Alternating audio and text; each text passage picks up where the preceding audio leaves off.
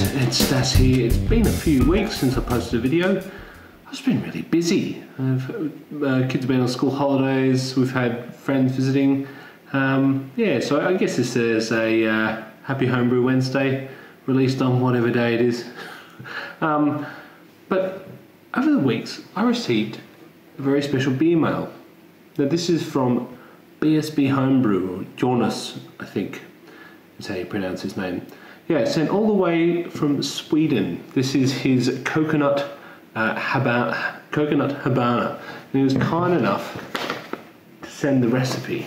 So let's get. I'm really interested to try this. Looking at the recipe, I've got a feeling I'm going to like it.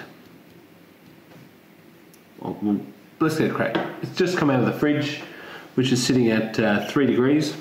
And I've always wanted to get one of these PET bottles with the caps. We don't have them in Australia, so cheers, Jonas. Let's open it up. Oh, good hiss. Now I received this. Got a sniff. Oh yeah, that's awesome. I received this close to 2 weeks ago, and it's been in my mind to make sure I drink it sooner. Oh, I can smell it from there. Oh my goodness. Bit of a dirty glass by the looks of it. Yeah, I wanted to drink it fresh. Didn't want to keep it hanging around too long. So let's go in for a smell and then we'll talk about what's in it. Wow. It's a big coconut, tropical fruit. It's almost like a pina colada. Oh. Let's get the really sweet coconut smell with the mango. I think that's the Mosaic. Oh. It's a bit cloudy. Has been sitting in the fridge for a while, so I think it is. It did look a little clearer coming out of the bottle.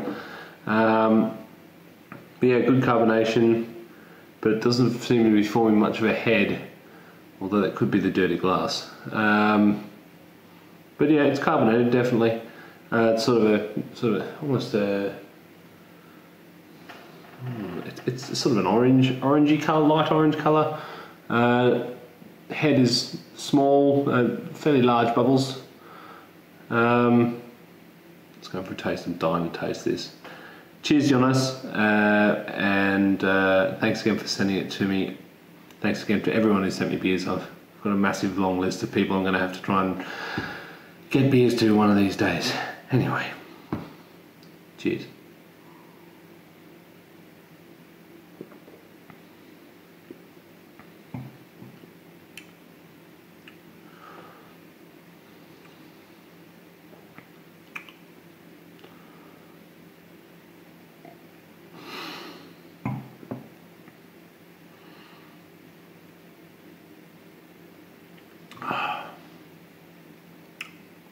Okay,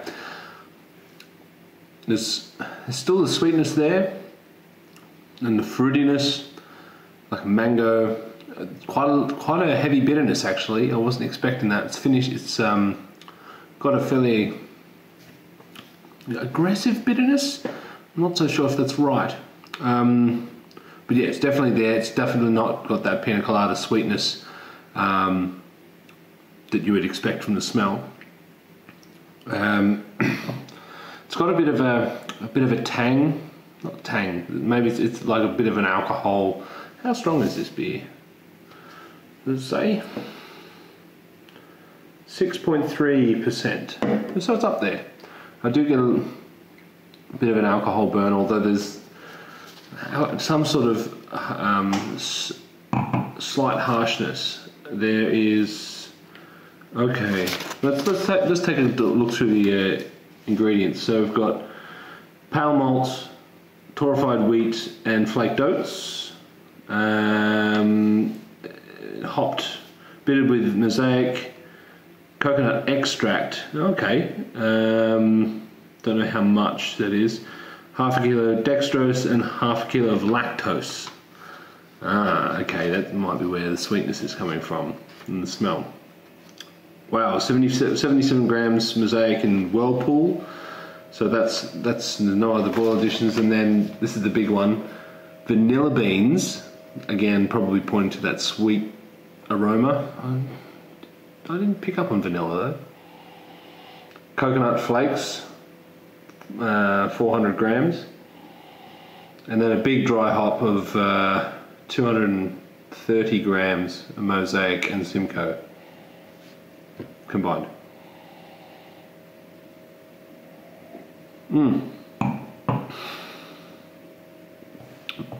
That is, I mean, I've brewed the Shy PA, new to Homebrew Toms, but this is like the next level up from that. I found that a really easy drinking beer that had the sweet smell of the coconut, but it wasn't sweet, and when it was fresh, that Mosaic and the coconut together had that real pina colada thing.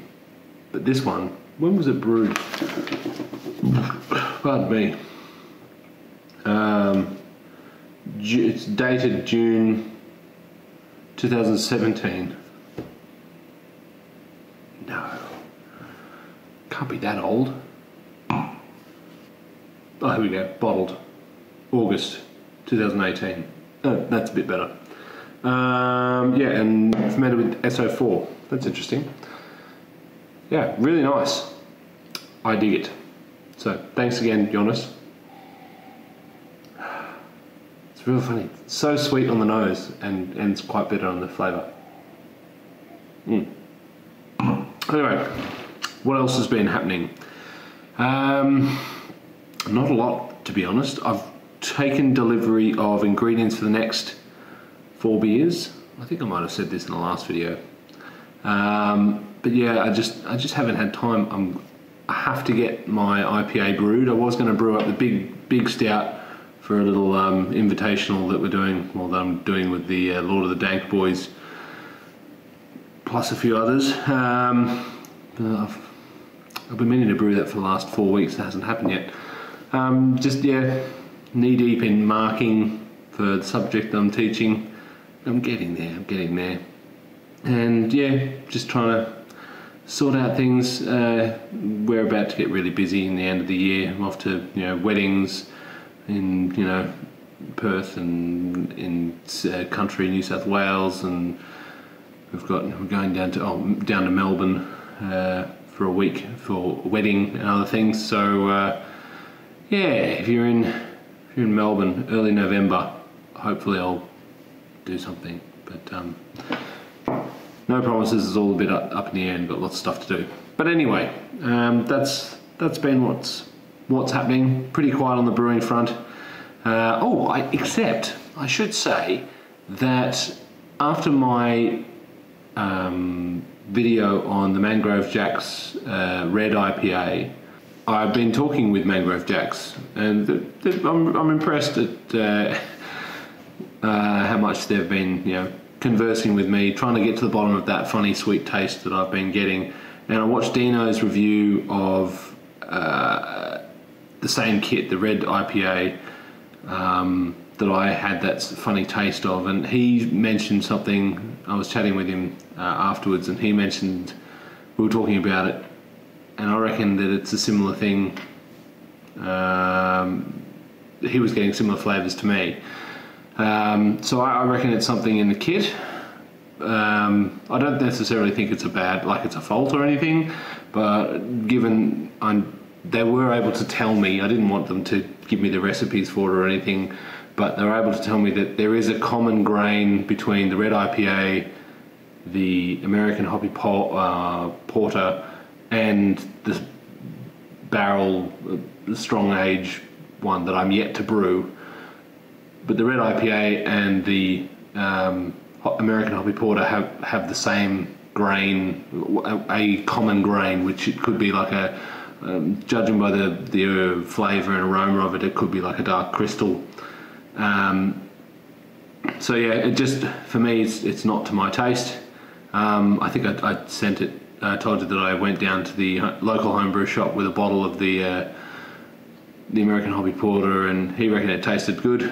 Nothing wrong with it, but yeah, it wasn't to my taste, and so anyway, if that's what it is, that's the flavour of the kits, and then I know to steer clear of those ones. But yeah, the Simcoe single hop IPA was good, and anything that's got a bit of colour in it I might just steer clear of, or I might need to just pull my finger out and do small grains, because I don't have any problems with the flavours that I get from those. I'm going to be doing a second video for Beer Co. Sometime this week. I'm going to be doing some flavour analysis, sensory analysis on a few Gladfield malts, but also some of the new crisp malts that Beer Co have been bringing into Australia, so some UK malts, so that'll be really good. I'll be able to, I'm really interested to see how the Gladfield Ale malt compares with like your typical floor malted Maris Otter.